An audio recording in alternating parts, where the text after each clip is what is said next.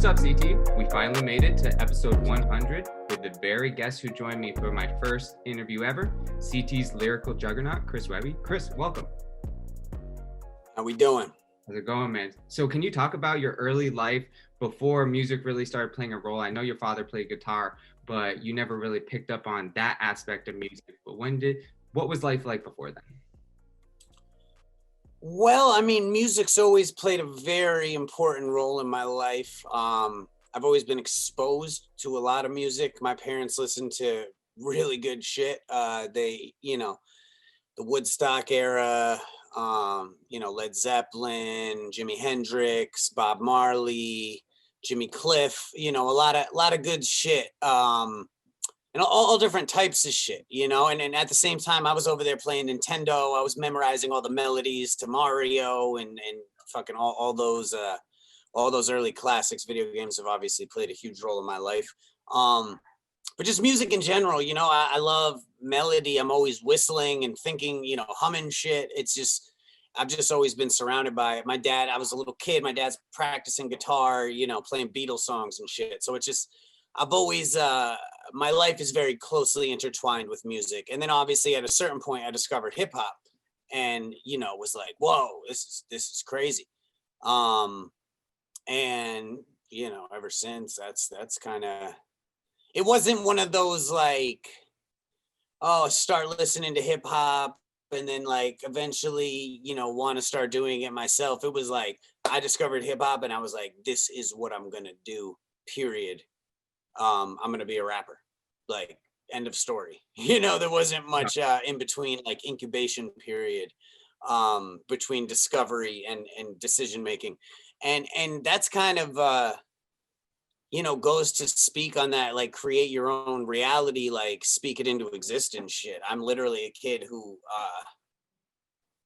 I would say I'm pretty good with the English language, and I would say, I am a pretty smart kid, not to toot my own horn. I got into private school with a scholarship and shit. So it's like, there is an intelligence factor. I'm also like a complete idiot in a lot of things. Like I'm not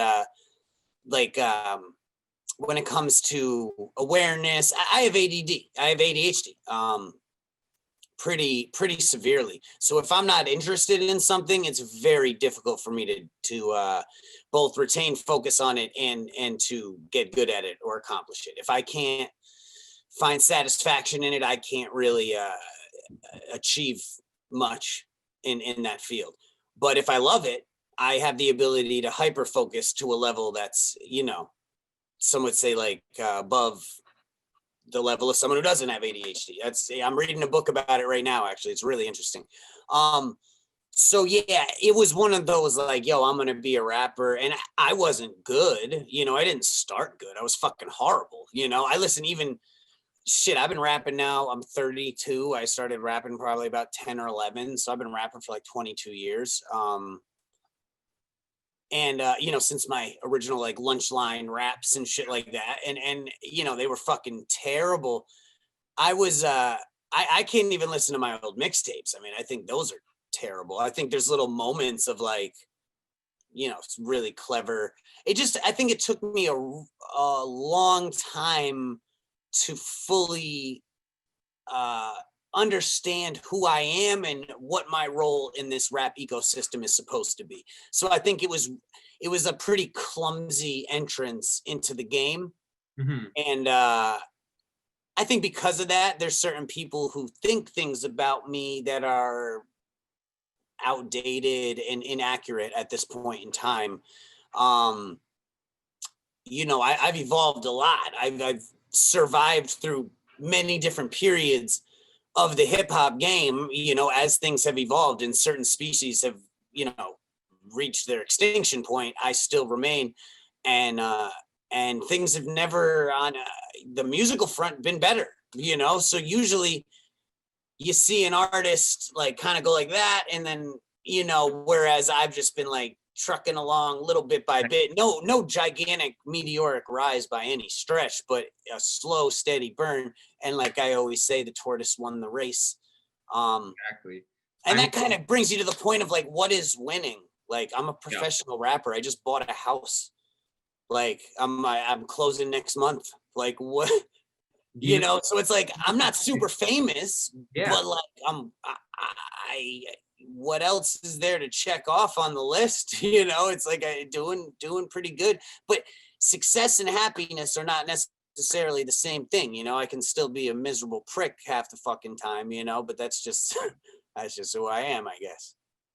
Yeah, people don't realize that the finish line is always going to change. And no matter what, you're going to reach one goal, and your brain, if you don't give yourself a second to appreciate where you're at, you're going to be like, all right, next goal, next goal, next goal, until, your life's over.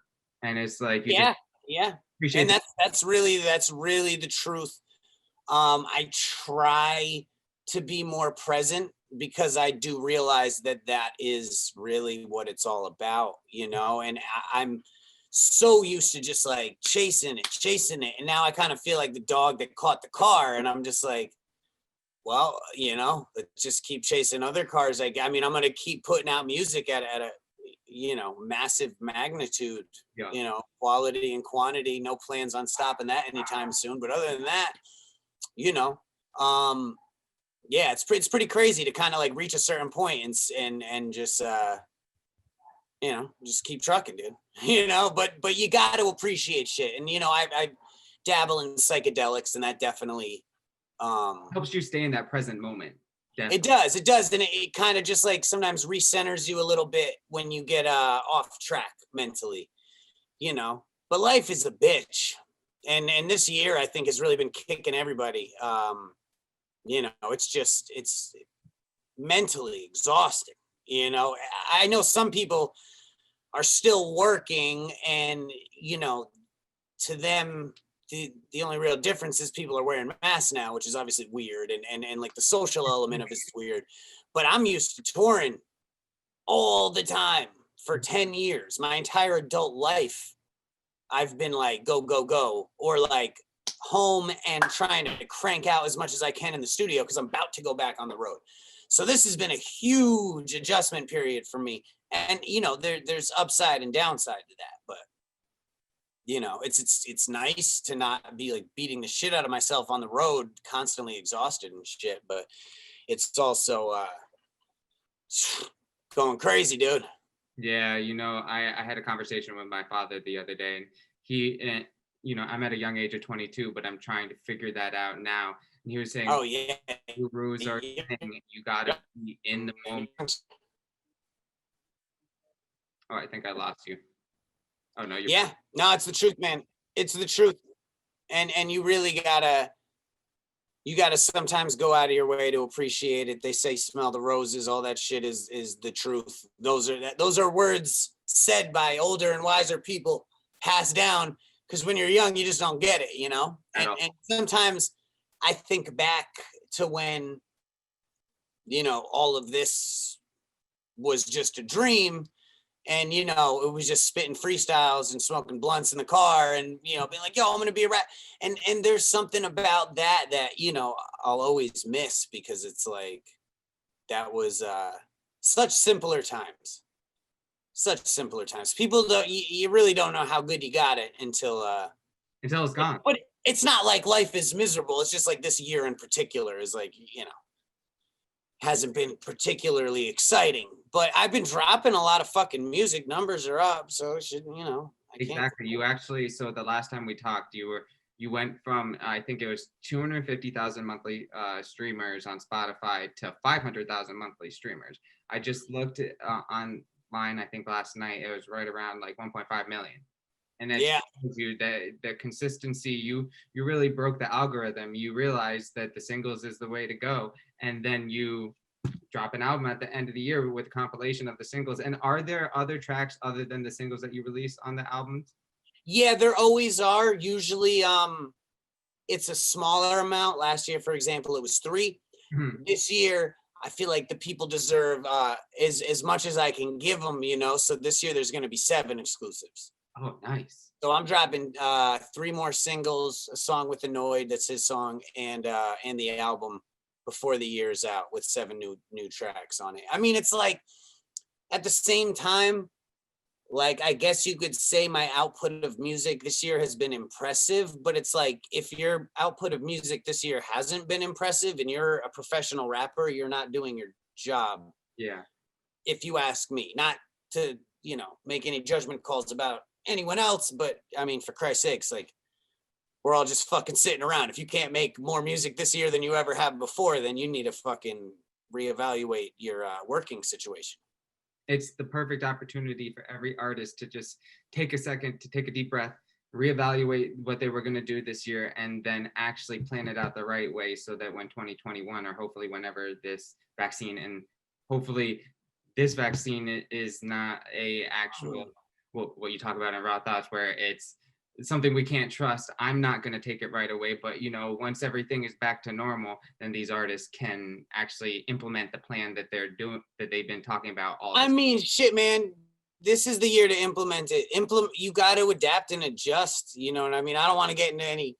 We don't want to go down the vaccine conspiracy hole, because we'll never fucking crawl back out of that one when you get me going. We're not yet. Yeah. And it's also the times right now have never been more misleading. It's like, while all mainstream news outlets are blatantly lying to our faces, they're intentionally planting lies in the quote unquote conspiracy world to intentionally mislead the people who don't believe that. There's never been more misinformation. So it's like, everybody is fucking confused, and that's really what I was getting at with Raw Thoughts, but we can touch on that soon. As far as like having this year to implement a plan next year, like, first of all, we don't know what the fuck's gonna happen next year. I don't trust no goddamn vaccine. And B, why didn't you just figure it out this year? You know what I mean? It's like, what do you do if you're a stonemason or an electrician? Like, if you go to fix something and it's not exactly what it was supposed to be, you figure it out and you still get the job done. You're getting paid. You know what I mean? So it's like, this year didn't go to plan. I had fucking 4 tours planned this year. It's like, okay, so we're not doing that. So immediately, boom, in the studio. At the same time, it's been really boring. So like, sometimes it's hard to write music when you're uninspired, but I mean, it's been a fucking year, so figure it out. You know what I'm saying? Like, make music. I can't stress that to any artists listening. It's like, yo, just keep making music, start making new songs, and just consistently be churning out new music. I'll have months where I don't write shit, but then it's like, if I have a month where I didn't write shit, I'm like, all right, I better, get back in the ring and really, really hammer it. You got to, and it's all about making a large body of things that are in the works. Yep. I got an entire whiteboard. Where the fuck is it? Oh yeah, it's like right. Yeah, I see it. There. Yeah. Just covered with shit. I got to update it now with the album done, but it's, you always got to have a ton of things in the works, and then when you get shit that's hot, follow it to the finish line, mix, master, all that shit. But like, my strategy is mad hooks.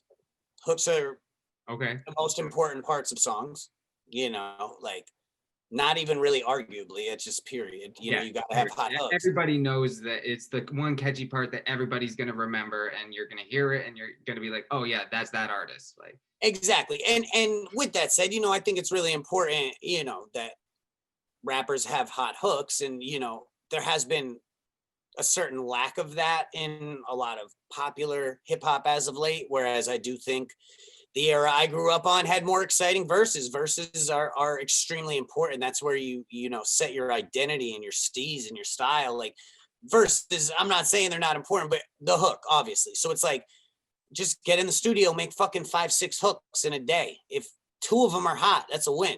Yep. Like, if you make music, you should have a setup where you can make music whenever you need or want to. You should have a producer that's on standby all the time. And that's JP for me. Once I connected with JP, he's been a huge part of taking this shit to the next level, because that man is an absolute animal. And he's even younger than you. He's 21 years old. I've been working with him since he was 15. I was so surprised because when it was actually at one of your video shoots, I met him, and he told me he was younger than me. Like, I think at the time he was like 20 or 19, and I was just like, oh shit. Like I've been looking up to you.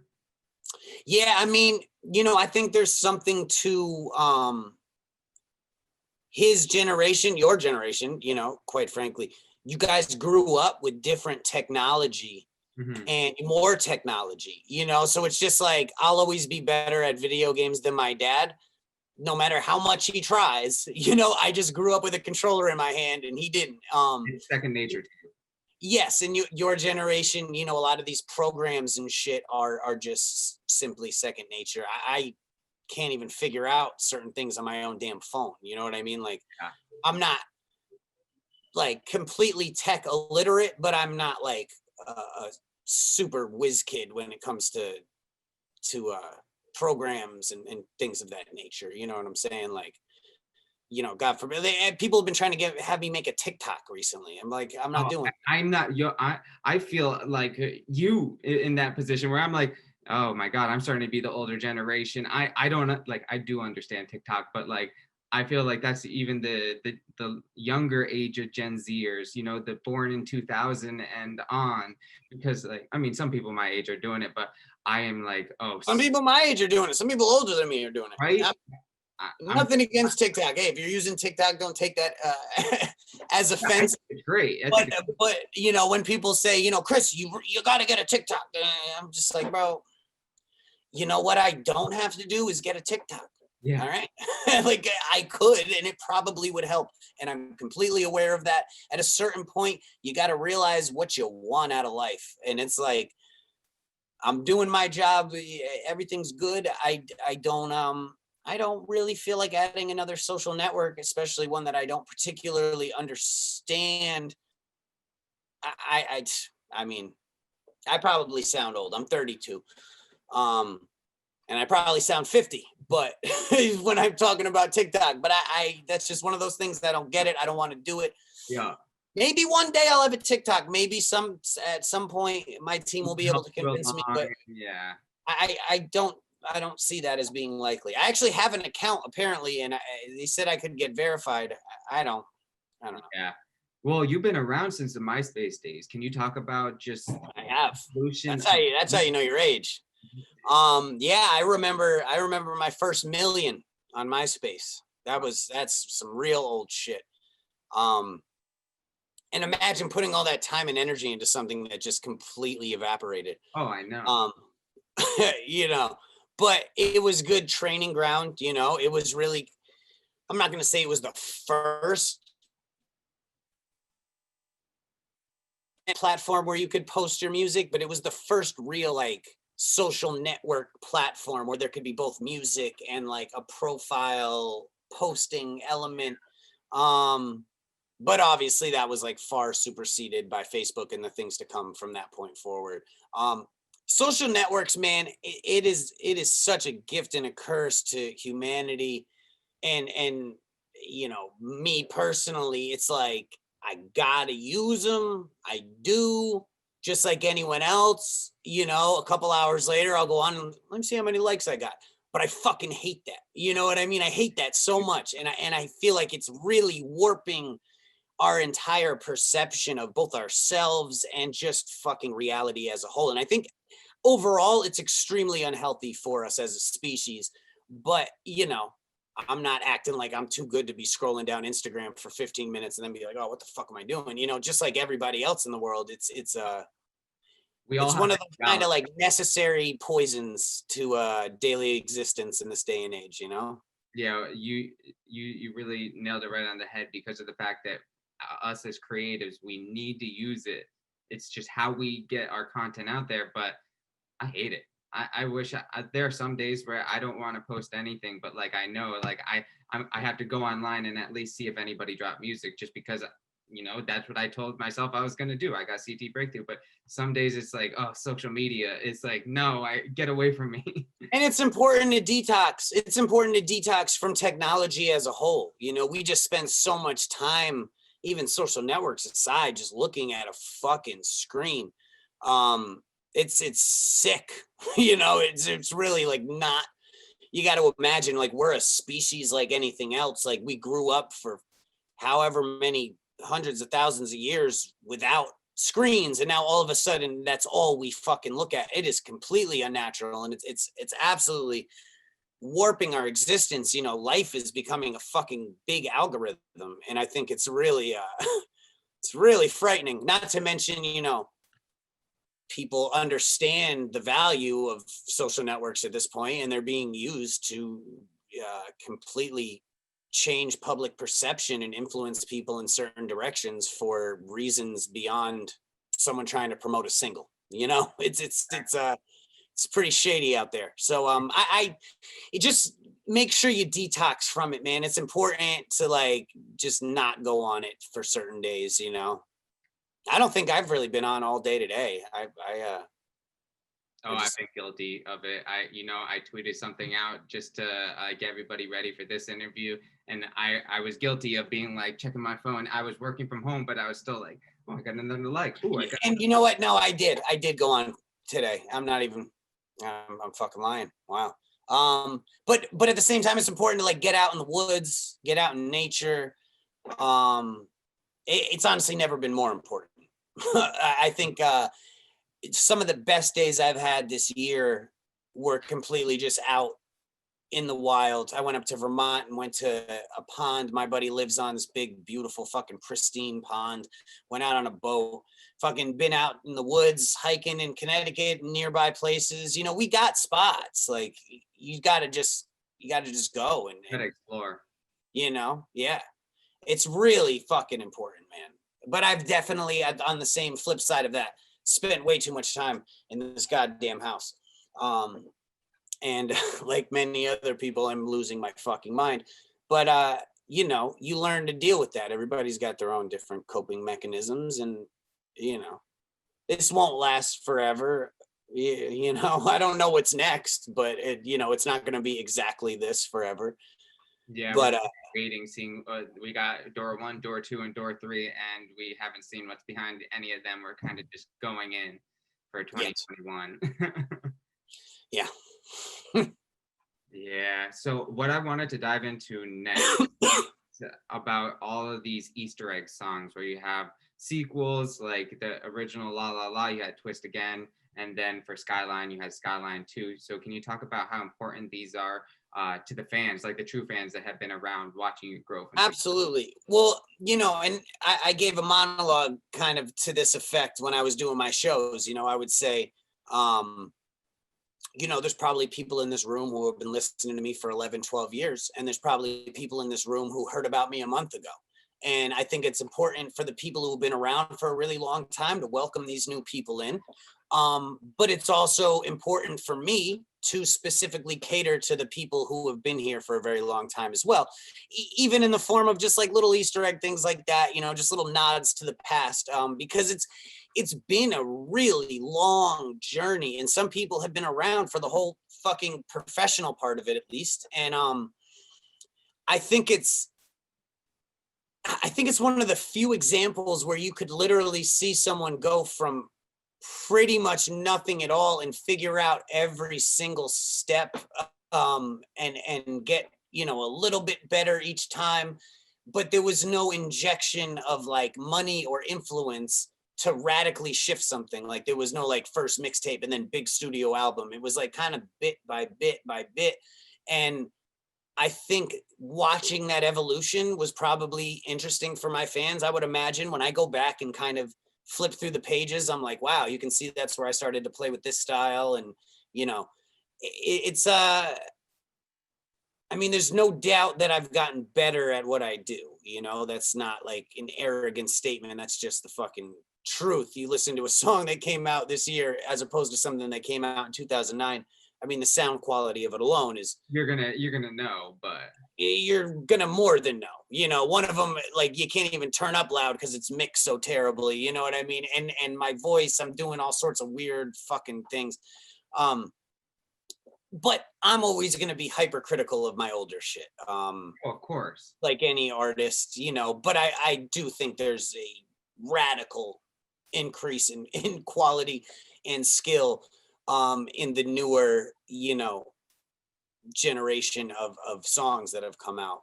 So, you know, and I still have people, it's like occasionally say to me like, yo, I used to fuck with your old shit. I'm like, not fucking with this new shit. Rarely. And I just am like, I don't understand how, but okay, you know, to each his own, I suppose.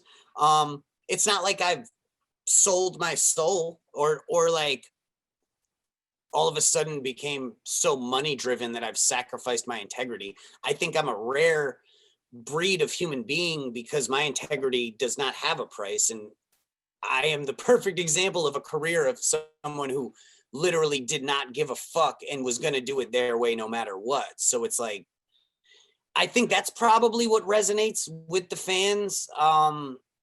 Is it's just like unapologetic authenticity. I just am what I am more now than I ever was, because now I really know who I am. You know, I was still figuring it out in the beginning. I was 22, 23 years old, like about your age, you know, and I was like still figuring out like, who am I? You know, the 20s are a messy time of just kind of, you know, and some people mature earlier. I was not one of those people. You know, I was a big partier, like crazy, you know, taking a lot of drugs and wiling the fuck out and not really thinking about the bigger picture. And I had to learn a lot of lessons the very hardest way possible. But I think it, you know, with all of that said, I really know who I am at this point, and I can talk about it, and I can talk about my life, and it connects with other people because there's, you know, slivers of my story that just identify with all different people. But yes, the Easter egg thing I think is cool because I think it's cool when I see it in movies or TV shows or like little hints to past stuff. I have a Microphone Killer 2 coming out with Mercules Great. this next month. Yeah. So I like sequels, man. I like sequels. I like seasons of things. I mean, my entire album series, you know, it's very itemized. All the artworks are on brand with each other. All the album covers are, you know, the very same style by the same artist. And so this year was supposed to be last Wednesday. It was going to be Wednesday, next Wednesday, Wednesday after next, and this was going to be last Wednesday. But given that it just wasn't a conclusive year, I decided to push that to next year, and this year is going to be 28 Wednesdays later. Very apocalyptic, you know what I'm saying? Like 28 days later. I don't know. Have you seen that movie? I haven't seen it, but I know of it. Yeah, it's zombie. It's great. You should watch it. It's sick. Okay, but I'm a huge film buff, so me and my girl are obsessed with film, so I'll definitely put that on the list.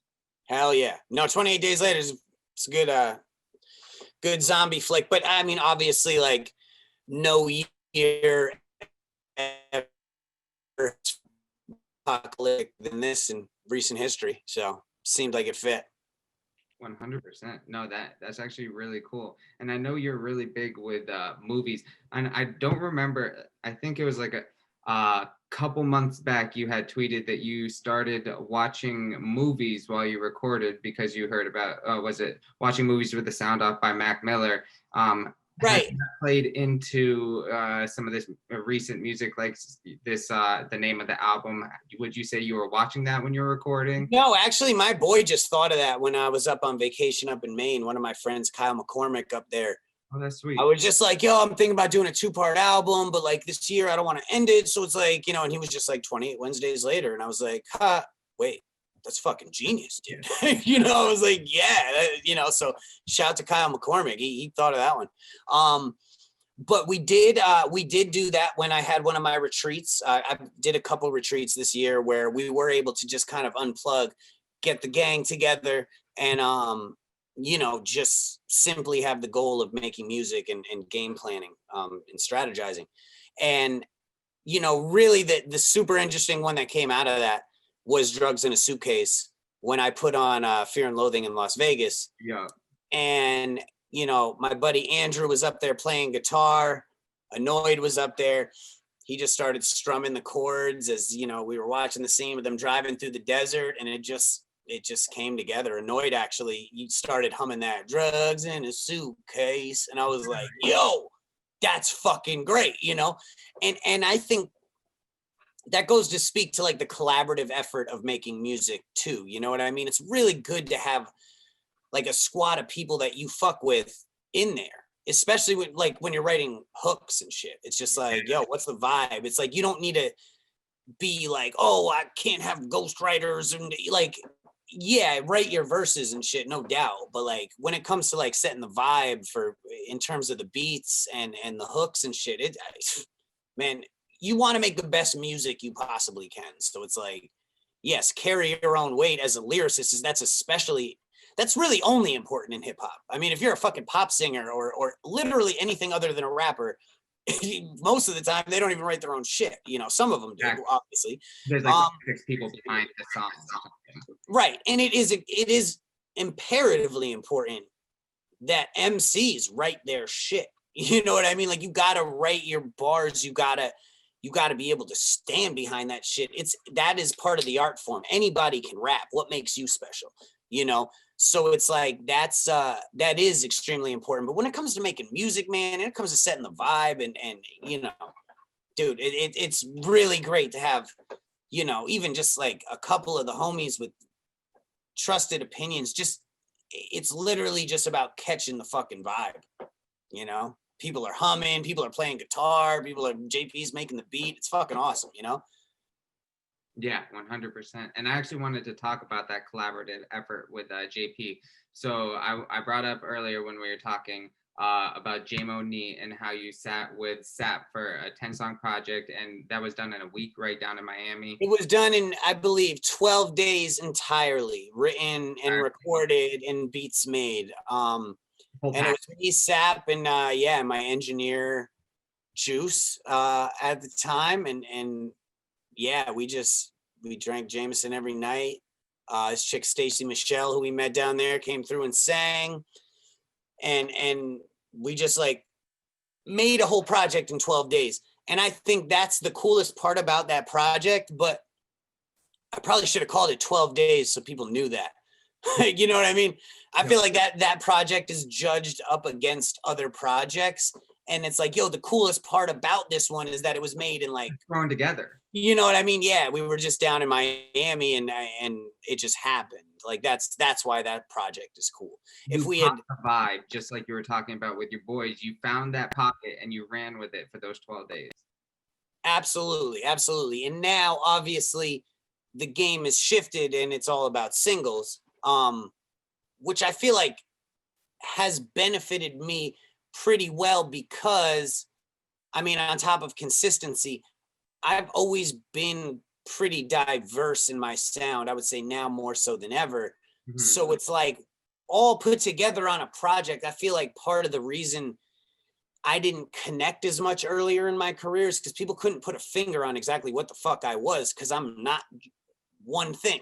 You know, I'm kind of, you know, I'll sing a reggae song and then come out with some rapping ass shit. You know, I grew up listening to a bunch of different types of music, like we said, you know, so I like to kind of be all over the place. And I think that applied to a single structure makes more sense than, at least to people. They're able to process songs one by one and be like, okay, I see what he was doing on this one. And then I'll get a new song in 2 weeks. You know, if I don't like this one, I'll probably like the next one. And it's given me more room to kind of experiment, which has been nice. It's nice. Gives you a bit of creative freedom.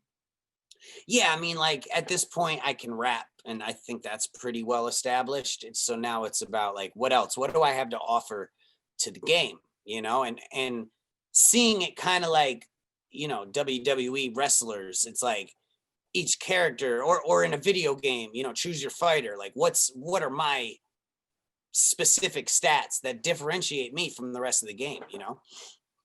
Yeah. And I think there's a lot of blandness in the game. I think there's a lot of dopeness too. You just got to dig, you know, it's about what you choose to listen to. People say hip hop is whack now. And I've said that. I obviously had my whole mumble rap tip. I think that was a little bit bigger a couple years back. Yeah. 18-ish. And my biggest problem with them was more their disrespect for the generation that came before them. On top of me not thinking their music was very good. And that's not all of them. That was just some of them.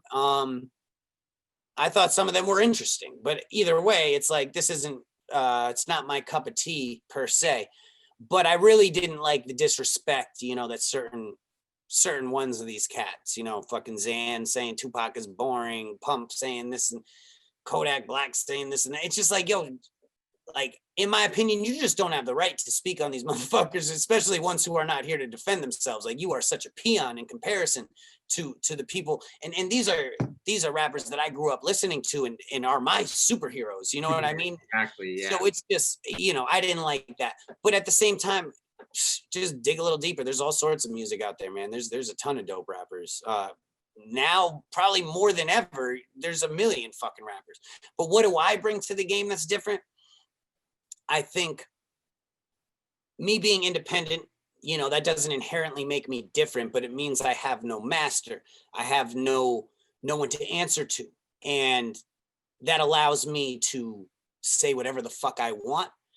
And I do my research and I think a lot of things, and I'm not afraid to say certain things. And I think a lot of people are, because it's safer to just not go there, you know? And I completely respect why a lot of people don't want to go there. But I kind of think we are about to see a battle between good and evil playing out in front of us on some like Star Wars shit. And I have my lightsaber ready and I'm playing for the good guys and I want to make sure that shit's known. You know, I'm not saying I'm a perfect person, that I'm an angel or, you know, but like at the end of the day, I have good intentions. And I think, I think there's some rappers in the game who don't. And I think there's certain agendas in play. And I just want to make sure it's known where I stand, and I'm not afraid to catch some flack to be myself and say what I think. And I think I do it pretty well. Yeah, no, rightfully so. There was actually one thing. What was the 2012 freestyle you did on Sway in the morning? It was Doomsday Freestyle. Doomsday Freestyle. There was somebody that freestyled after you, I will not name names, who was really popping back in 2012 or 2013, like had a hit song that was like, I don't know if it made #1 on the charts, but you know, it was up there.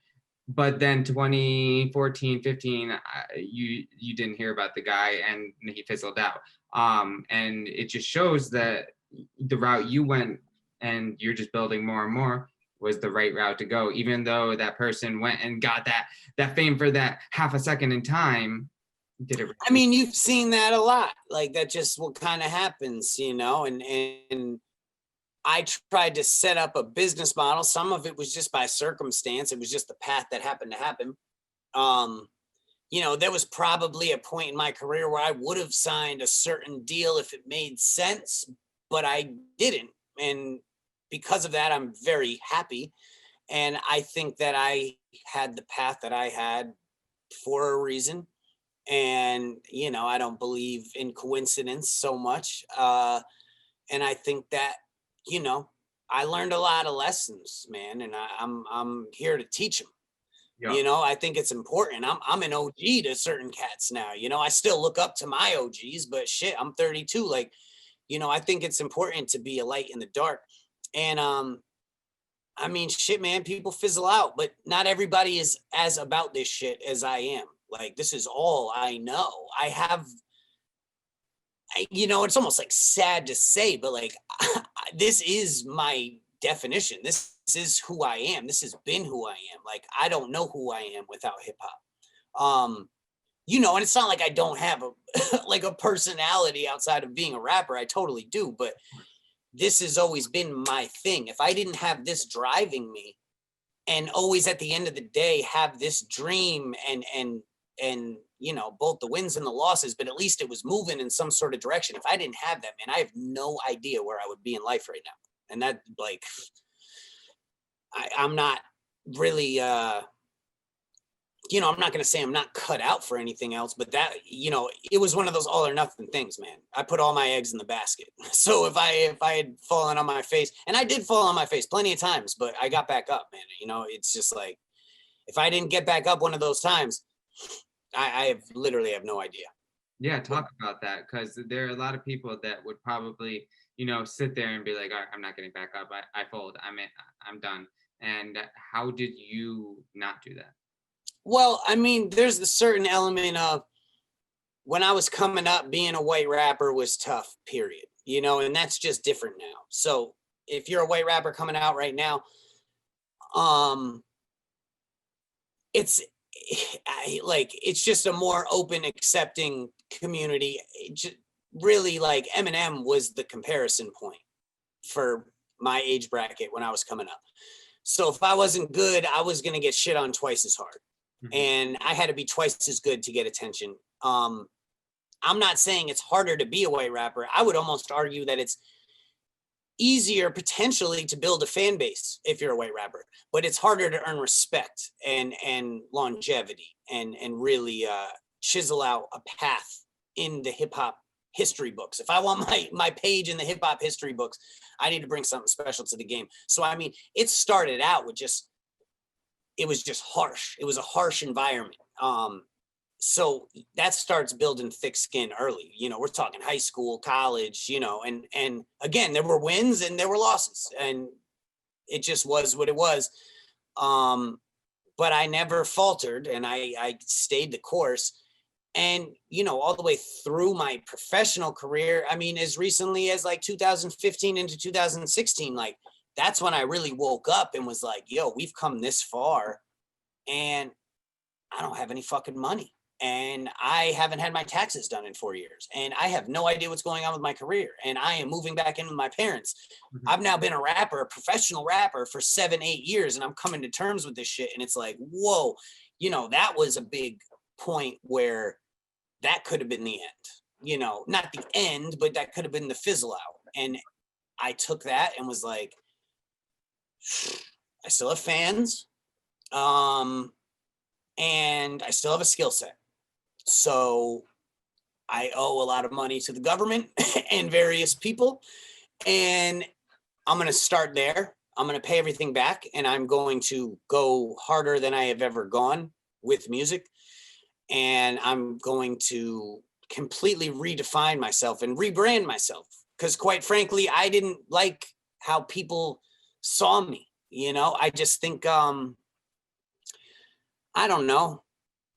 I came out in an era where there was a label of frat rap, and I was like a college kid, and I was drinking and I was partying, and that was inevitably intertwined into my music, but it was so much more than that. But to shake a label like frat rap, you know what I mean? It's like, I was always so much more than that. But yes, I did like to party and rap about like hooking up with girls and, doing drugs and drinking and, like, what can I say? Like, I was a wild dude, but there was always more to it than that. And, I mean, I think that's obviously clear as day now. I think the past, 4 or 5 years have really like changed the narrative, but it was imperative for me to really jump in the driver's seat and both correct my life and my career and, basically become my own manager, which I pretty much did. I have a team,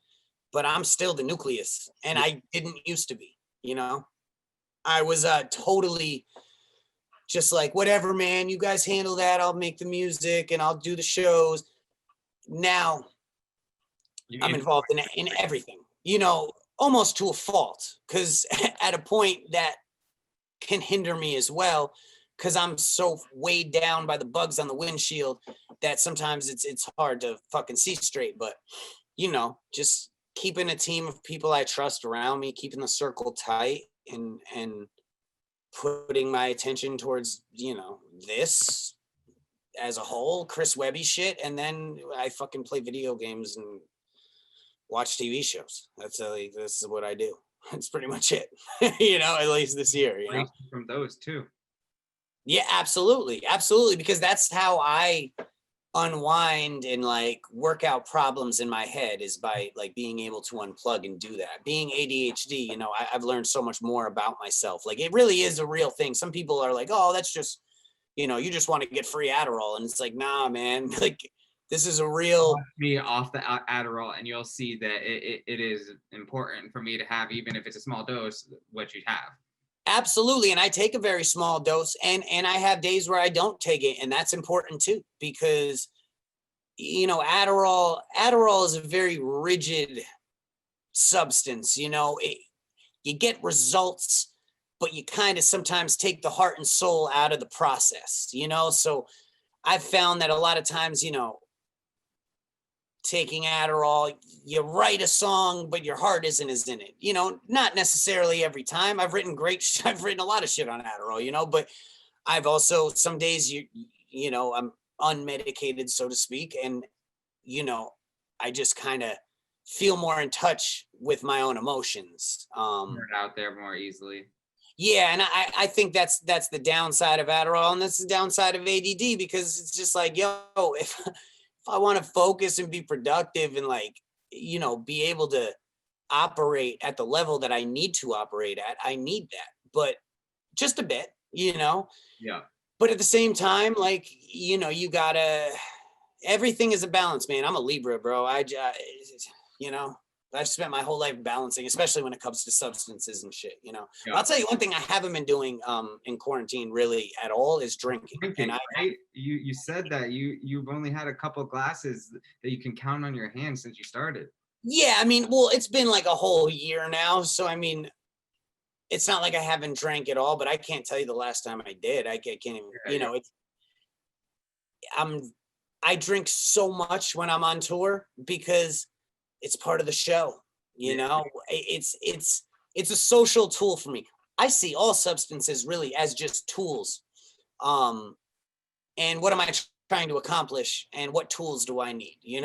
That's why, I have a lot of I like Hunter S. Thompson, who's a writer, and he was very over the top with it. But I compare myself sometimes to, a hip hop version of that, minus as far as he took it. But listen, you find out what works for you. Don't judge anybody else, Love it. Yes, sir. So I actually you were talking about your label. I wanted to talk about it a little bit more. So ADHD, how did that come into fruition? Was that around that 2016 time period when you established ADHD? I believe I established ADHD officially, I want to say in 2018, but it was more an idea than a full thing. And really, it's just me and Annoyed thus far. And what I want it to be, like I said, I've gone through all these steps. I've learned all these things. I've built all these bridges. I built this entire pipeline, and I want to be able to offer that to other artists who will be able to kind of take my blueprint and run with it, and Annoyed is extremely talented. Good. Extremely talented. Like, I've seen him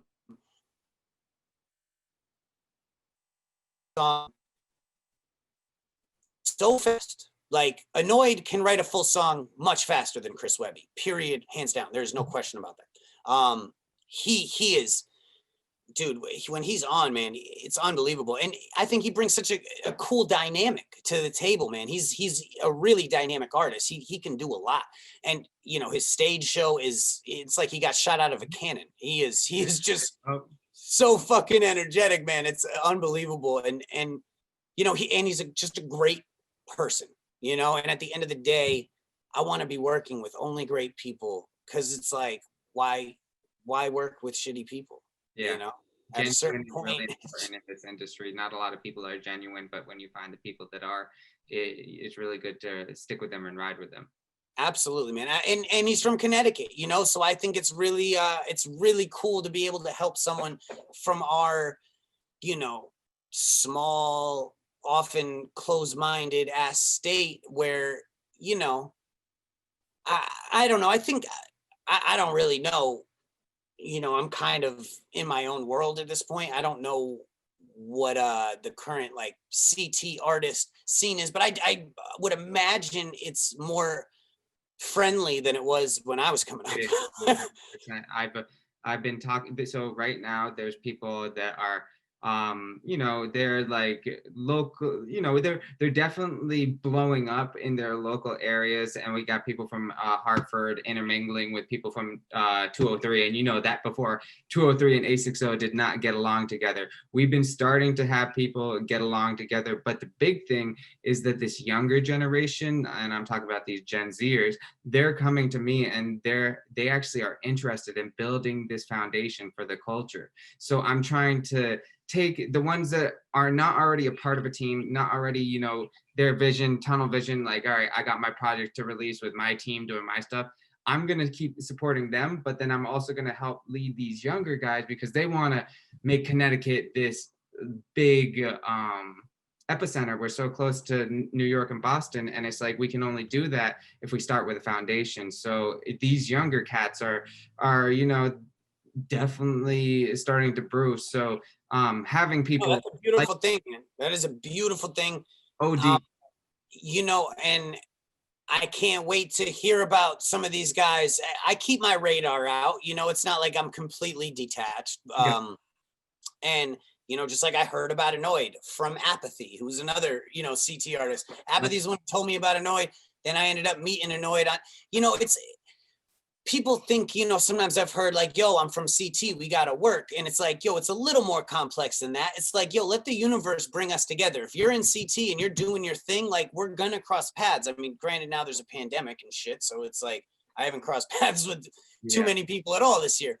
But you know, let the universe work because that's just what I'm all about, you know. But I'm really happy to see things starting to shift because there was just such a crabs in a bucket mentality, you know. And I think even to be thinking, listen, I employ several people from the state of Connecticut, you know. I'm working on helping Annoyed, an artist from Connecticut, you know, break to the next level. And I just think it's really important for artists from Connecticut to never forget that the world is bigger than Connecticut as well, you know. So it's like, as much as we want to just don't get so caught up in the Connecticut thing, you forget that, you know, the rest of the globe exists. Because, you know, I do one show in Connecticut a year traditionally, but I do a whole lot of other ones too, you know. So it's there's a whole world to cater to.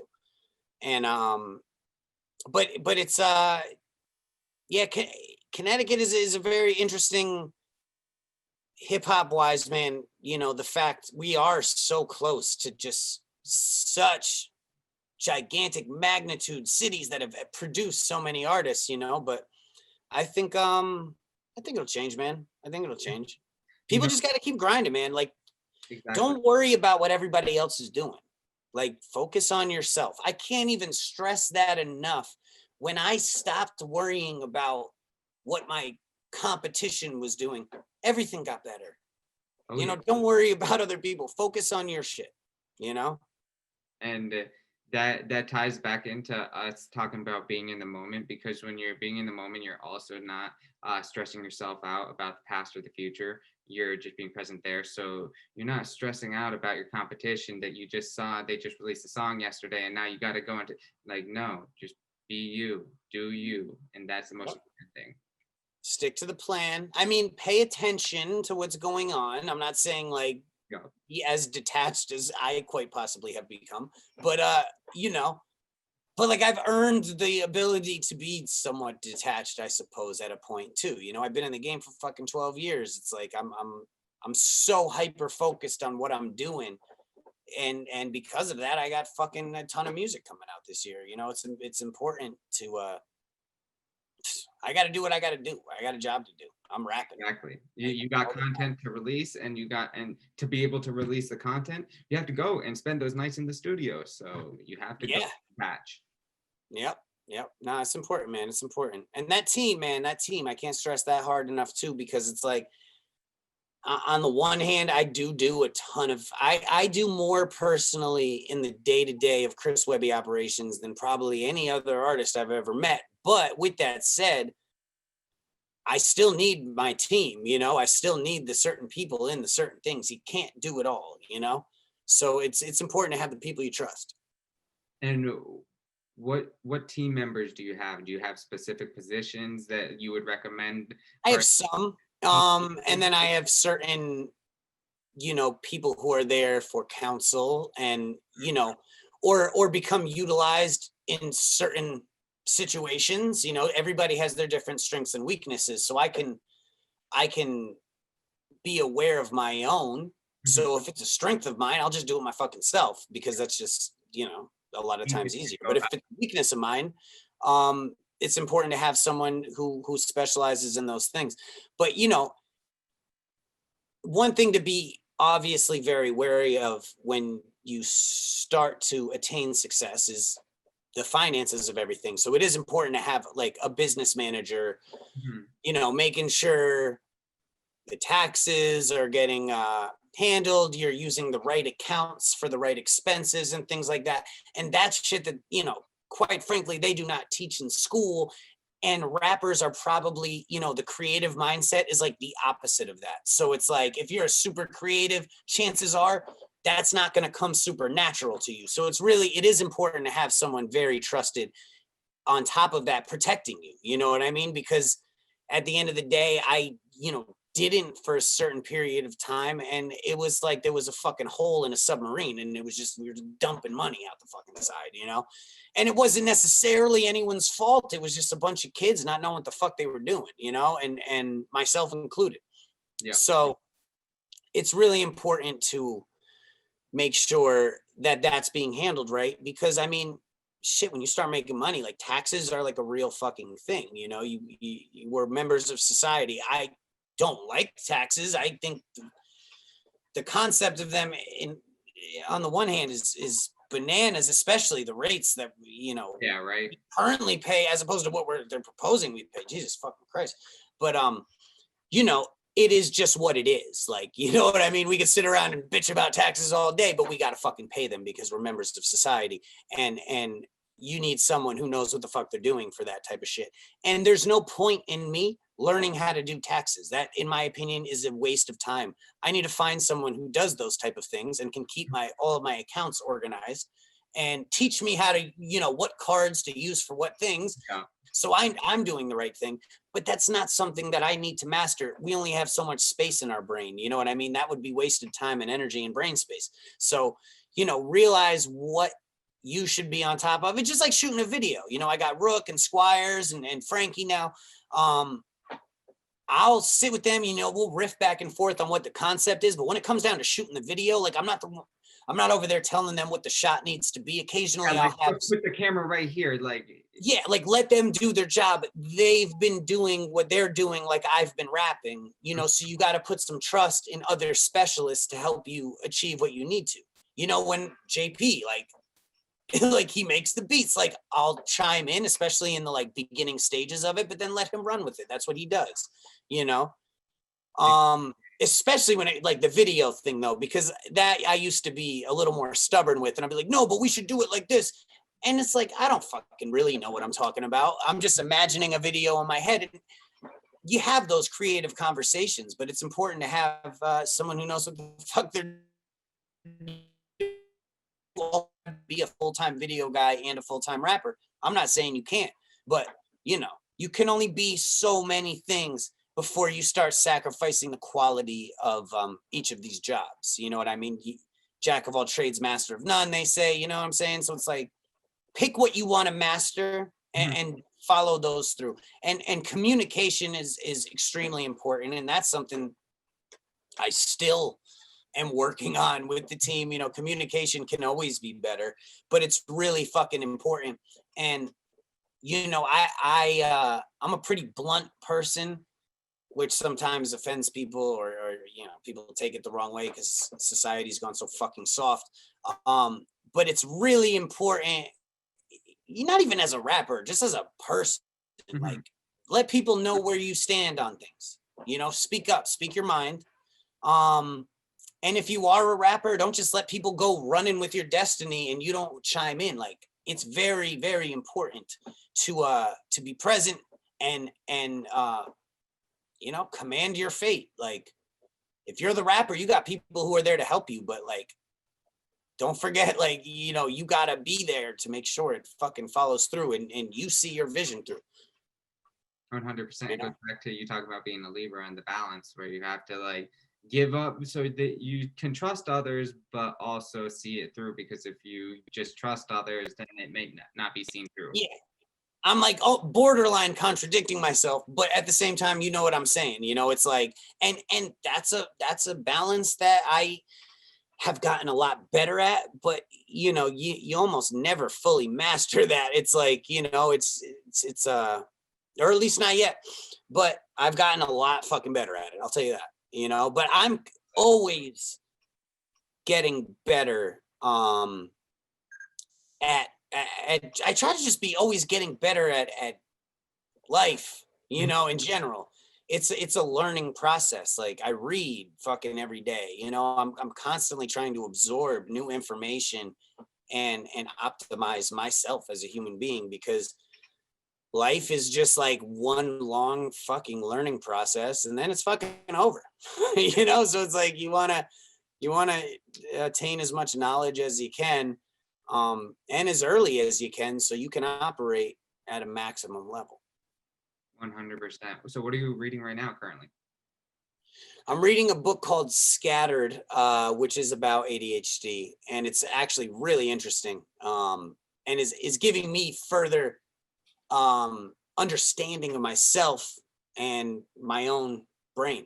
Yeah. Which is cool. But not everything I read is like a self-help book. I just read a book about the mafia called The Five Families, which was, huge. It was like thick book, and it covered all five families of the New York City mob, because I'm obsessed with mob shit. I'm Italian, so we take like a weird pride in in the mafia, even though they were like definitely scumbags. Like we still like, yeah, but the mob, we glorify them for whatever reason. Yeah, well, it's this whole thing where it's like, when especially seeing all the movies and then knowing it's tying back to your heritage, your history, like it kind of just, it makes it a little special, even though yeah, were and bad. I just like, it's some of the best movies, Godfather, 100%. fucking Goodfellas, and then Sopranos is, in my opinion, just like the best. We could do an entire interview about Sopranos. I'm obsessed with I Sopranos. know. I've seen so much stuff where you post about The Sopranos. So,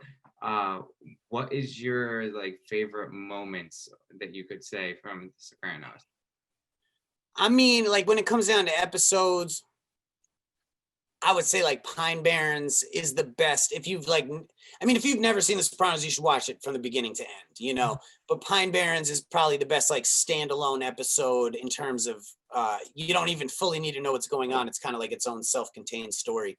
But I think Funhouse, which is the episode where Big Pussy gets it. I don't want to spoil anything for anyone who's taken over 20 years to watch the show, but it's I think that really sold it, and it's just like that episode, when I was watching for the first time, I was like, whoa, shit, this is fucking incredibly done. It's so good. It's just so goddamn good. And I'm a big show guy, I like a good TV show that I can just dive into. I'm currently watching the 4th season of Fargo. Fargo's a super dope show. Nice.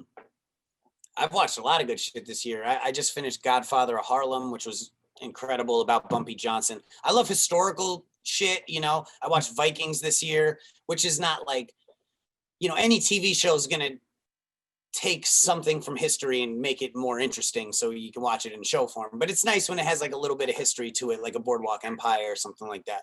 It's cool seeing, certain actual characters from history. Vikings was dope though, dude. Vikings is, because I love like, Yeah, battle. I've been going against watching it. My girlfriend wanted me to watch it a couple of years ago, and I was like, nah. But it's pretty dope. Still waiting on this last season to drop. I don't know when it's coming. I think COVID fucking slowed it down, but COVID slowed down a lot of these shows and movies. I was excited for all the Marvel stuff. I'm a huge Marvel fan, so Phase 4 was about to be my shit, and then all of a sudden, obviously, we didn't get it. So I'm excited for these Disney Plus shows they got coming. I want to see how they tie everything together. Yeah, so they got Marvel shows like that are gonna tie into the. That's interesting.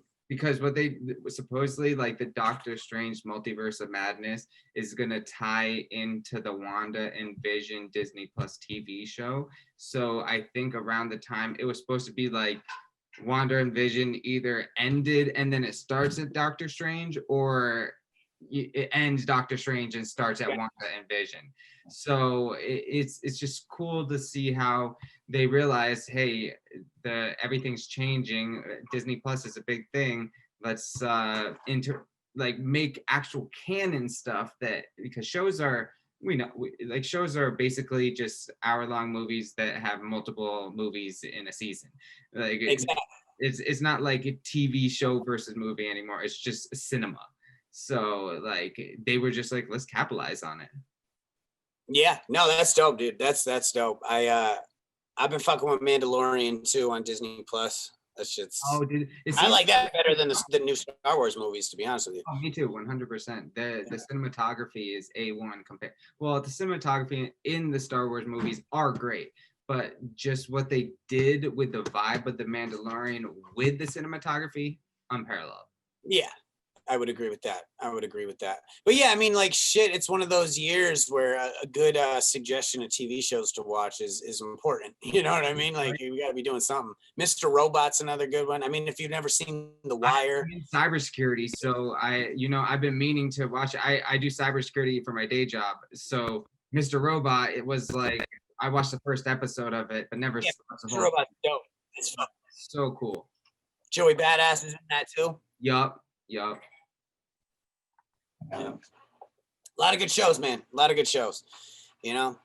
So and I don't consider it fully wasted time when you're watching a new show or playing a storyline of a video game, because that's kind of like absorbing art in different forms. You know what I'm saying? Like some TV more than others. If you're watching some like dumb reality TV show, you're not really, you're kind of just ingesting garbage. But at the same time, like, you watching like a high quality cinematic TV show, I don't see that as fully wasted time. Some people would, and I would say the same about a good video game storyline. You're playing a Red Dead Redemption 2 or, something of that magnitude. It's like, yo, that's cinematic as fuck. Like the storyline is crazy, the character development, all this shit. So it's like you're playing a show. I would think a little differently of playing online, because I think that's more repetitive. I think that's more kind of like brain melting. Nothing against it. But like, yeah, I don't fuck with like Fortnite and shit like that. No disrespect. I haven't, I've never been into the shooter games either. I with COD, I couldn't turn around quick enough when somebody would like came from behind. So I gave up back in like 2011. I was like, these people are. And I'll fuck with the storylines. It's nothing against first person shooters. I'll play the storylines. Oh, yeah, the storylines are COD great. But yeah, the online shit, you're not really like accomplishing anything. I like to beat stuff and move on. That's kind of, my brain is like one big checklist. I like to complete. I talk about this all the time. It's the euphoria of actually checking off something on your checklist is like my high now. Absolutely. And I keep a very detailed to-do list, and that's literally kind of like my secret weapon in terms of productivity. If I didn't have my to-do list, that was like one of the big changes when I really took over leadership of my organization, was like keeping a very detailed to-do list, like very, very detailed, with like long-term goals, short-term goals, like things that need to be done today. And I mean, this is coming from a kid. I used to write on my hand in Sharpie like the shit that I had to do in a day. Like I've always had a need to, I used to literally have things like shower, haircut, like on my hand. And then I would cross it off on my hand with a Sharpie. Like I'm like really did that. Like up until like through college and shit. Like I always had shit written on my hand. Like always. It was crazy. Yeah. I forget that sometimes. I don't write shit on my hands in Sharp anymore, but yeah, I used to, and things as mundane and ridiculous as like shower and shit. So, it's crazy. Yeah, homework, all things of that nature. So yeah, I have a propensity to be extremely forgetful. So obviously, The to-do list helps so much when I feel you when you don't think about something, but then you see it on the piece of paper. Oh, I got to go do that. It's yeah, like the nice reminder because no one else is going to remind you other than yourself. yep. It's a high speed lifestyle right now. It's easy to forget, little things. And Yeah, you know what I say is that with my to-do list and everything I have, I treat it like my garden, and each thing that I have to cross off is like a flower. And some days you need to water the tulips, and other days you have to water the daisies. But you know that every day you need to tend to your garden. So no matter what, you're crossing off the little things like that, and that's kind of like how I viewed it with all these to-do lists and all. absolutely, absolutely. And some days you just fucking cut a flower off and you're like, damn, that felt good. That's off the list. Done. It's great. Especially when it comes to music and shit though, when it's like mix master, I need a cover art for this, I need da for this, I gotta pay the producer for that, it's like I gotta be on top of this shit or else, I just have to be on top of it. There is nowhere else. Like I just have to. So that's how I operate, man. That's fucking everything. 100%. So when did you and Pete Davidson first meet? He we talked on Instagram. He like grew up listening to me, which is super dope. Oh, that's great. And we connected via Instagram, and we hung out when I was on the road. He came out, or I actually went to where he was shooting one of his movies when we were up in Syracuse at the same time. And then he had me jump on that Trees joint. We did a song, him and Chris Red. And then yeah, I had him pull up like right before like it was like full quarantine mode. I was like, yeah, pull up, let's do a joint, and that's how that joint came together this year. And I think, yeah, it was definitely dope. I think it was pretty unexpected. People were like, whoa, what the fuck? It was But I think that's cool, man. Yeah. Hell yeah. He's a good dude. Good dude, man. Yeah, man. No, that's great. So then you also did the web session with him, and that was one of the world's largest, if not the world's largest, 420 online smokeout. And that was this year. You had Josh from Raw, MGK, Justina Valentine. How did that come to fruition? Did you guys just have the song coming out, and you're it was like a idea on our end. It was like me and my boy Farley, and we were just like, it kind of was this thing. And then we brought Squires in, and then it just like spiraled, and we got Pete. Pete, I was just like, yo, we'll hit you up that day. I'll let you know how everything's going. You know what I mean? Like, see, like who, he got MGK for it. I don't really know him like that. He got Bill Burr to do a drop, which was crazy. He's one of my favorite stand-up dudes right now. Yeah, that was awesome. But like, yeah, it turned into like this massive undertaking. But I think we pulled it off, man. I think we pulled it off. It was pretty crazy, man. We got a lot of people to chime in on that thing. Yeah. And we had like fun making it, but it was exhausting. Like doing a live stream is no fucking joke. Like when you're pulling in, we wanted to make it like a TV show where it's like there were breaks to like pre-recorded stuff, and then we made a whole song sampling Gary Busey's fucking ramblings. It was it was a whole endeavor. It feels like a fucking like years ago at this point. Right. This 2020 has been a decade in itself. Yes, it sure has, dude. It sure fucking has, man. Oh my God, yeah, I know. So, all right. This actually brings us into Raw Thoughts 4.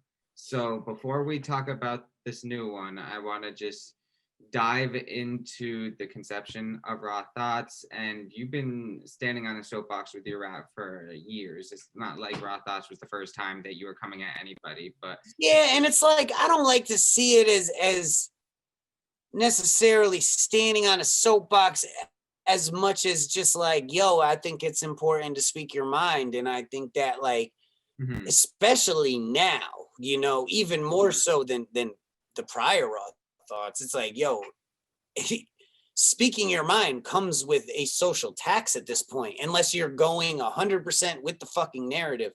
And, I think that's obviously like extremely dangerous. And I think there's a lot of things going on. And I think a lot of people are scratching their head, but they're kind of afraid to even speak up and ask questions because we're setting this atmosphere that is like putting an end to conversation and debate. And I think debate is one of the most important things. Like, I love talking to people who don't agree with me and hearing their point of view. I'm gonna learn something from someone who doesn't agree with me. I'm not gonna learn anything from someone who agrees with everything I say. You know what I mean? Like we might have a lot of things in common, but I'm not gonna pick up something new. So I think it's really important, and I think that with cancel culture, and I talk about it even in further detail in the song Triggered, which was to follow. And I think cancel culture is a very cancerous trend. And I think it's starting to impede on our First Amendment right. And I am a strong believer that when we lose our First Amendment, it's game over. When people aren't allowed to question shit, and anyone who speaks up and goes against what the powers that be are telling us is immediately dismissed or discredited, that is a slippery slope. And I feel like we're already on it, and I feel like it's important for me to use my platform to just address it. You don't have to agree with everything I said. I say that in the song. Mhm.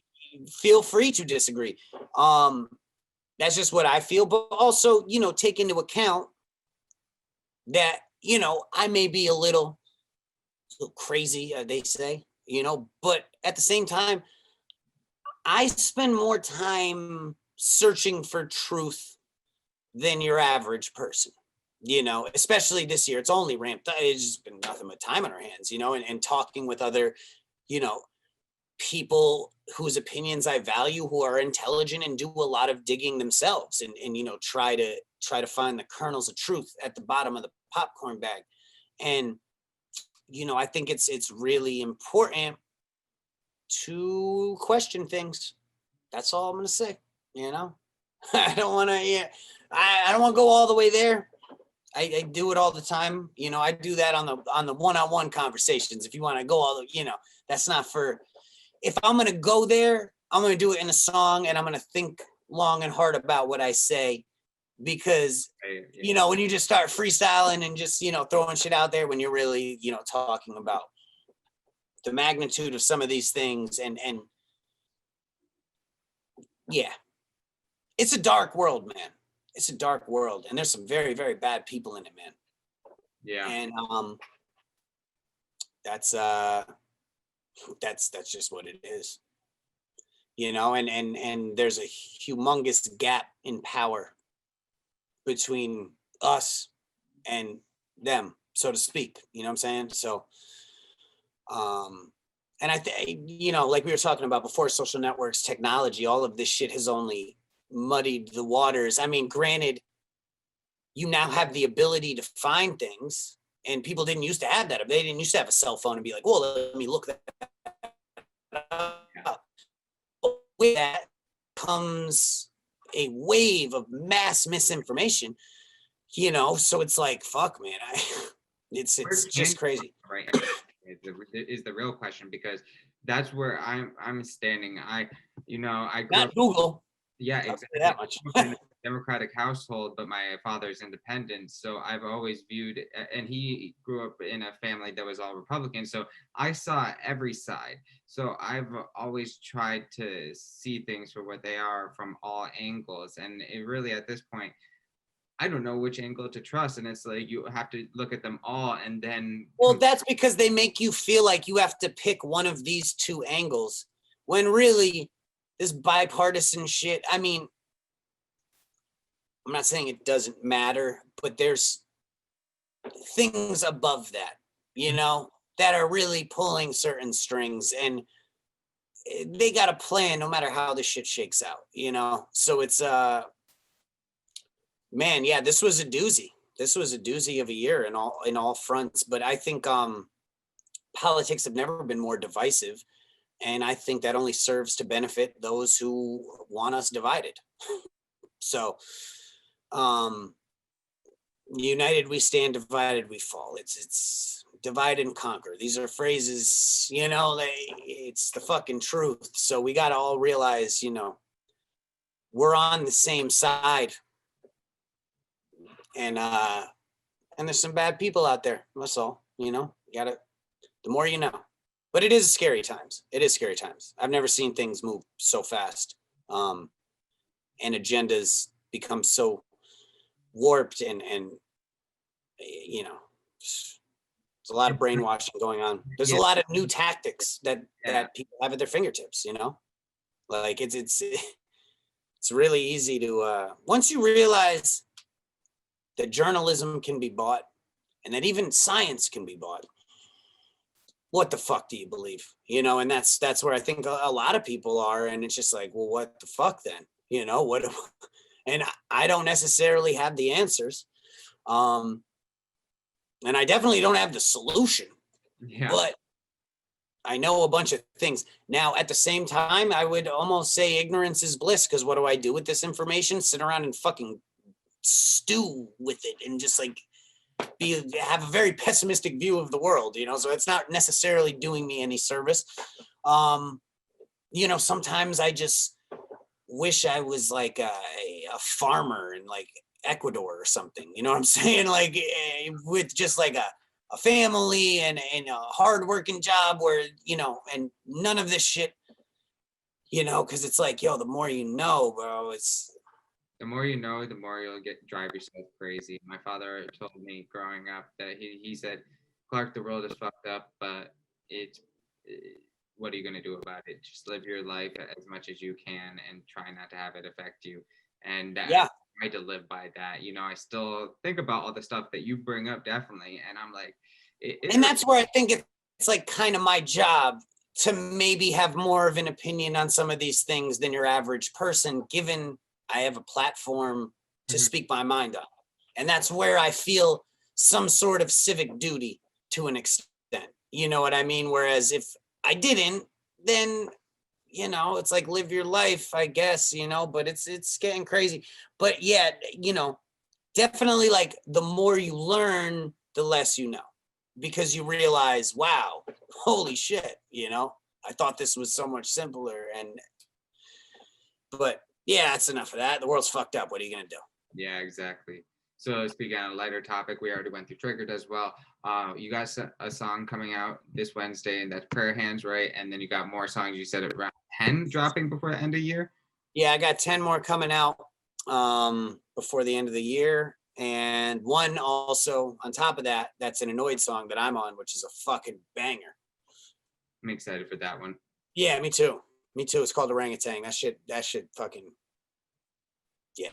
Yo, Majin Buu's slapping right now, so I can only imagine what this one's gonna be like.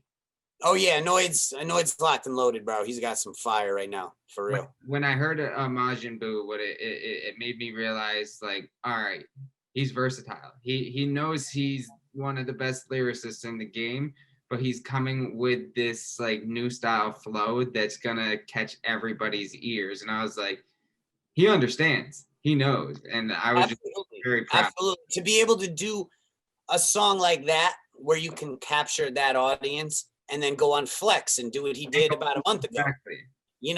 That's you don't see that every day.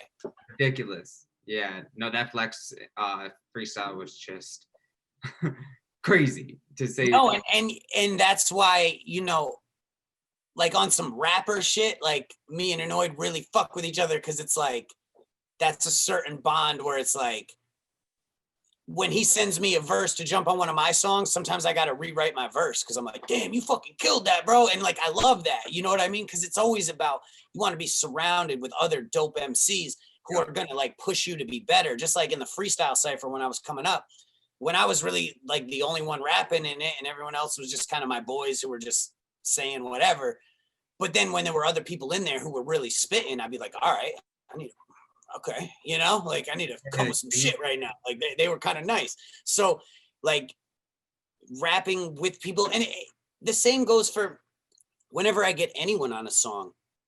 It's never about like, oh, I don't want them to outshine me on my own song. It's like, yo, I want this song to be fucking fire. I want you to shine. I'm bringing you on this song for a reason. I try to pick my features like very methodically. And it's like, who would sound good on this? I want to get them on it, and I want them to sound their best. You know, I'm going to put like extra beat drops and do cool things with the beat on their verse so they can really shine, because it's going to be on a Chris Webby album. They're going to be hearing a lot of Chris Webby. So it's like, this is a moment for another artist to come in and like have their moment. So I wanted to go off, you know? So obviously there's like friendly competition, but sometimes like different people on the same song serve a different purpose.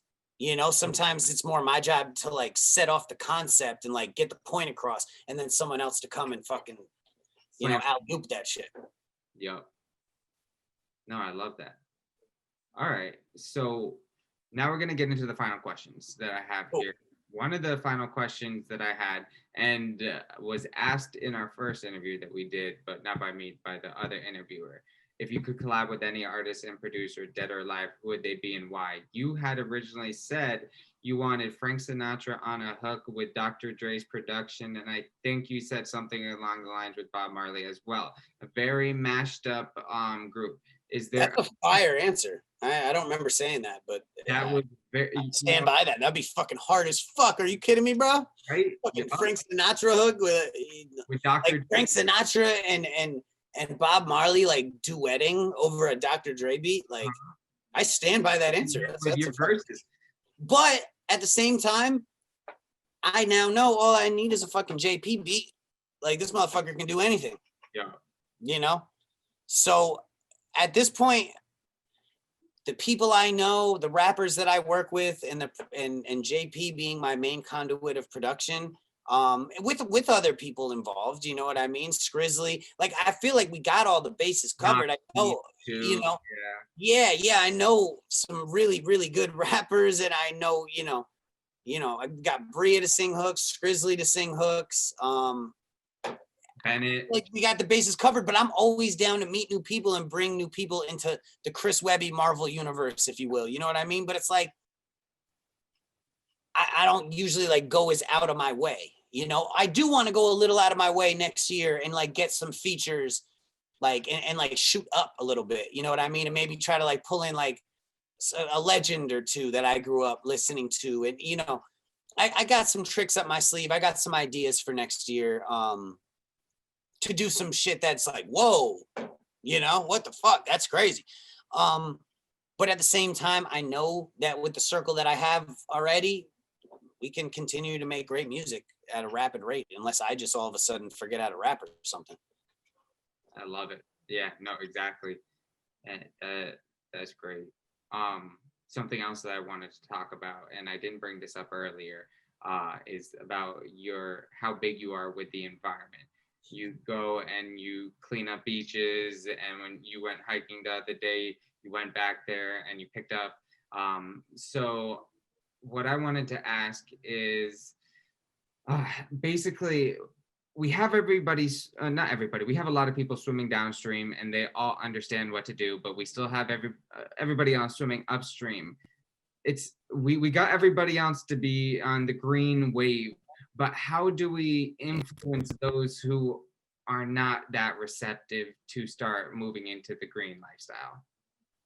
Now, that certain topic has only gotten more confusing as political agendas have fused with and kind of hijacked the environmental movement in certain ways. I think it's a very complex issue. I think one thing that everyone should be able to agree on is we all share the planet and we're taking very terrible care of it. Yeah.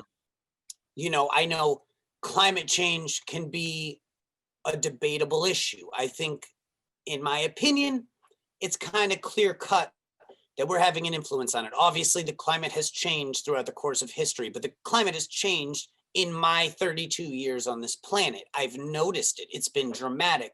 So I think, you know, but here's what's not debatable. That the oceans are full of plastic. We're cutting down forests left and right at an unsustainable rate. species are, either going extinct or on the brink, and they're not headed in the right direction. We are absolutely overusing land in a lot of areas and pushing species out to the point where they don't have anywhere to live anymore. These are things that are not like a theory. This is just fact. Like the ocean is one of the biggest problems, and it is just so full of plastic. It's absolutely disgusting. And that's not an America problem. That's a world problem. I think, I mean, and I don't know. I'm not a politician. I'm not a policymaker, but if we did something where it's like, hey, everyone who borders the Atlantic, let's all chip in and try to clean the Atlantic. Let's see what we can do. Like everybody who borders the Pacific, everyone who borders the Indian, like why not? Why are we not addressing that at all and just like acting Sweeping it under the rug, basically? Yeah, sweeping it into the ocean because the ocean hides all things. So in my opinion, when I'm walking through the woods or I'm walking at the beach and I see a bunch of trash and I got a bag, I'm gonna fucking pick it up just because like that's just I just want to do that shit because it makes me sad that some of these are places I went to Campo Beach the other day or sometime this summer, and I was just like, damn, I used to come here as a kid all the time. Like I don't remember there being like all this trash in the rocks and shit, and I just fucking picked it up. As I was walking down the rocks, having a nostalgic moment, I was picking it up. I went out in the woods in New Hampshire and some assholes had a party and they just fucking left everything there. And it's really nice. It's by a waterfall and shit. It's just like, yo, who does that? Like, that's just disrespect. That's just being a bad guest on this fucking planet. You know what I'm saying? Like if we all share this shit, who does that? Who goes to a really nice pristine area and just leaves a bunch of shit behind? Okay, I'm just gonna throw that over there. It'll be fine. Whoever comes, maybe we'll pick it up. Yeah, like that's just, I don't fuck with that at all. Even when I was younger, I get it. When you're younger, you care less about stuff like that. You just want to fucking be a little badass. And I was always the, I guess annoying friend who was like, guys, we shouldn't leave it, don't litter. But like that's just a really simple one. Like, whenever I see anyone fucking throw shit out the window, I see it less now, probably than when I was younger. But you see someone throw like a McDonald's bag out the window, it's like, yo, I need to calm myself because I want to go run that motherfucker off the road into a fucking telephone pole. But that's just me. I get worked up. I have little tolerance for that shit. It's like, yo, at least don't be that much of a fucking asshole where you're throwing shit out the window. You know what I mean? Like, and like recycling is not that complicated. Like, I don't get.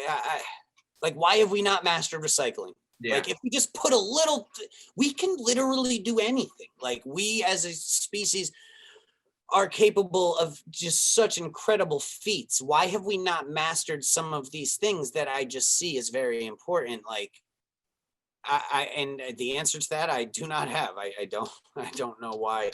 But I think we should all care because that's like a human problem. That's not a Democrat problem. That's not a Republican problem. That's not an American problem. That's just everyone. Yeah, 100%.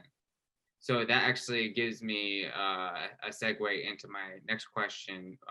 If you had the world's attention for 30 seconds, what would you say to them and why? Imagine it's like one of the old movies where everybody's TV screen is tuned on to the same channel and you're sitting right in front with a microphone.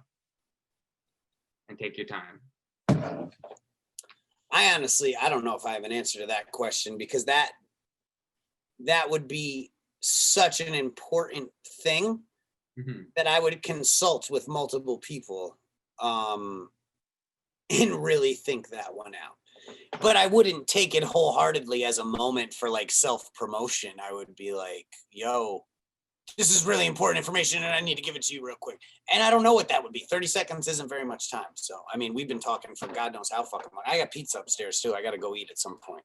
Yeah, we're coming around the last couple questions, but yeah, I know. I feel that we've been going for what it seems like it's 8:30 now. We started right around what 6:45, 6:50. Yeah, it's a long one. I appreciate it, bro. Yeah, right. I need to stand up for a second. I need to get blue light glasses too. We were talking about that earlier, and I've been staring at the screen, literally work 8 to 5 every day, and then breakthrough stuff 5 to however late I stay up, and then I go into my room and I'm on my phone, scrolling, and then I put my phone down and I put on a movie, and I'm Yeah. like, oh my god, I can't get away from it. So Yeah. I feel you. So all right, let's see. Okay, this is a good question that I wanted to ask. So think post-pandemic wise. Imagine you are yourself back in, when you started like actually coming onto the scene, but it's 2020 now. It's a parallel universe and you're given the opportunity to start right now, start from the beginning. What would you do differently? And think post-pandemic, so not like First of all, the world is so different. It's hard to say. And at the same time, as much as I would want to change so many things to prevent like the pain and disappointment and all the horrible feelings, I don't know if I would want to change them because those feelings defined me. Those moments defined me. Those terrible things, those hard life lessons were so important for me that I don't know if I would change it because I wouldn't turn out the same in the end. And I'm just the type of person that has to learn things the hard way. Most people are. I mean, that's kind of like a human trait. But me specifically, it's like I kind of need to get a full on shock to the system to be like, okay, I get it. Which is unfortunate, but at the same time, like I said, it's that's the shit that I got to write a book. yeah. People have no idea. This has been a journey, like, dude, like, like there's a reason I'm a little fucking cuckoo. This shit has been extremely taxing on the mind, body, soul, all of that. But I still have my soul, and I know who I am, and I know what I'm supposed to do. And like I was saying earlier, it's not like happiness isn't necessarily what you get out of it. It's like my goal was become a professional rapper sustainably. I didn't think that at first, but now it's like, yo, I want this to last for as long as it possibly can. And now I've built that infrastructure. But it's not like, okay, now it's all good. Like, yeah, roll credits. Like, now it's like, all right, now I need to keep going and just taking life in stride as it comes. So it's, it's pretty interesting. It's pretty interesting shit. But I don't think I would change anything. It needed to happen that way. I love it. Yeah, no, I preach the same stuff about my life. It's, even though you've gone through the hardships, it's really what taught you. And it's like, it's the whole, hey, you put your hand on the stove, you're never going to do it again because stove equals hot. So like, it's that way of learning where it's like, yeah, you may have fell on your face, but you sure as hell don't want to do it again. So you're never going to do it again because you learned how not to fall on your face. Absolutely. And I've been just like a bumper car, just trying to get to the finish line. You know what I'm saying? Just banging into fucking all sorts of shit on the way. But yeah. Okay, so I'm gonna character. If this was a smooth ride, what the fuck would I have to rap about? Exactly. Now you have a story to tell, a journey to show. It's just, at least from a fan standpoint, I can tell you that it's been inspirational to watch. Well, thank you. I appreciate that. Of course. All right, so I want to dive into my last question, and it's like a kind of a two-parter. So the first part is, what mindset do you have going into 2021? And the second part is, where do you see yourself in the 5 years, 10 years? Because I originally did, where do you see yourself in 1 year, 5 year, 10 years? But we're getting so close to 2021 that I just split that into two parts. So we'll start with the first part. I mean, at this point, like, we learned this year that you can't necessarily expect anything. Like this was something that, everyone living on Earth currently has never gone through an experience like this. So I'm prepared for whatever, bro. I just got a crib out in the woods, about to move in. Love it. be on my own shit, have a studio in there, and just like, I'm prepared for this shit to go south even more so. And shit, man, like if I get the call and it's like, yo, like it's all good, like touring's happening, I'll go fucking hit the gym and hot yoga and get back in shape and get ready to go beast that shit. But like, I'm mentally prepared for another year like this, just because if anything, I'll be, I won't be disappointed. Yeah, 100%. And what about 5 years and 10 years, that long-term goals? Bro, I have no idea where this shit's going right now. Like career-wise, I'm gonna keep putting out music. Like, I don't know. As a Chris Webby fan, if the world's still functioning as a normal society in 5-10 years, I would imagine I have another, I mean, shit, bro. Like, eventually I would imagine I'd burn myself out at this capacity, but I think I got another fucking 8 to 10 in me. Oh yeah. Think about it. Just every year you're just gonna be like, oh yeah, I can do it again this year. And then, the 8 to 10 years comes and you're like, I can do it for another year. And then it's always that another year until you gotta know when to call it. Very true. Just like Sopranos. Bring this all full circle. Sopranos knew, yo, we just gotta cut this shit at a point, and it just ends with the black screen. You don't get a solution. There's not necessarily, but like a good TV show knows when to call it. And I've seen many a good TV show drag on too long. And I do not want that to be the case for Chris Webby. With that said, I'm renewed for mad motherfucking seasons right now. Like, let's go. I'm fucking as amped, and I have more music in the fucking chamber than I ever had at one time. I'm already working on shit for 2021. Like, you know what I'm saying? Like, I'm ready to go. I got songs mastered for next year. Okay. So there's no slowdown anytime soon. But I do think, there are some rappers that should have called it and didn't, and kind of sullied their legacy a little bit with that. No disrespect to them, but that's just how I kind of feel. I don't know. We'll get there when we get there. There's no way to fucking predict the future. I've learned that this year. 100%. Well, thank you, man. I appreciate it. It's been Absolutely, man. Great interview. This has been one of my favorite conversations that I've had on the show. It really was insightful, and I appreciate you taking the time out to make this a full circle moment for me and actually get Absolutely. The real interview. For sure, man. For sure. I'm about to go eat some pizza. Hey, enjoy the interview. But like I said, whenever I focus on something, I give it full maximum attention. You know what I mean? Whether it's an interview, whether I'm writing a verse, and that's just how I rock. So now I've given this the full energy, and now I need to go pizza, bro. Unplug, eat some pizza, man. Fucking smoke a little weed and